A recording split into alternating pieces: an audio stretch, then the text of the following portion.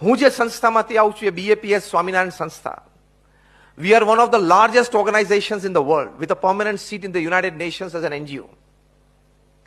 અત્યારે હું તમારી સાથે વાત કરું છું ત્યારે we run more than 1800 hospitals, hostels, schools, colleges, community centers, સંસ્કાર કેન્દ્ર, હરિમંદિર, મંદિર અને અક્ષરધામ. 1800 થી વધારે દેશ પરદેશમાં, અને બીજા 60, 70, 80 અત્યારે પાઇપલાઇનમાં છે.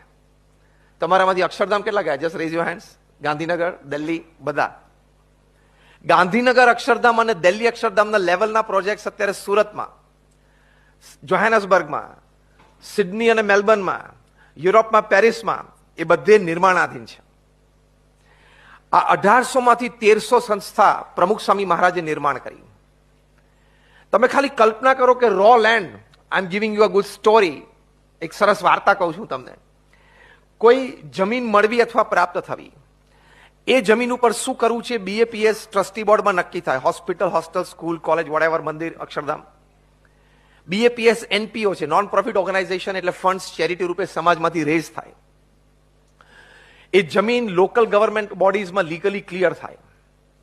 આર્કિટેક્ટ પ્લાન ડિઝાઇન કરે એ પણ લોકલ ગવર્મેન્ટ બોડીઝમાં ક્લિયર થાય.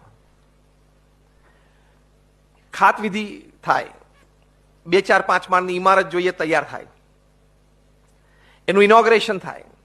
એ સંસ્થાને ચલાવવા માટે 2-5 અમારા BAPS ના વોલેન્ટિયર્સ જે અમારી આઈડિયોલોજી પ્રમાણે એ સંસ્થા ચલાવે, બીજો પેઇડ સ્ટાફ, અને એ સંસ્થાને સમાજની સેવામાં મૂકી દેવી.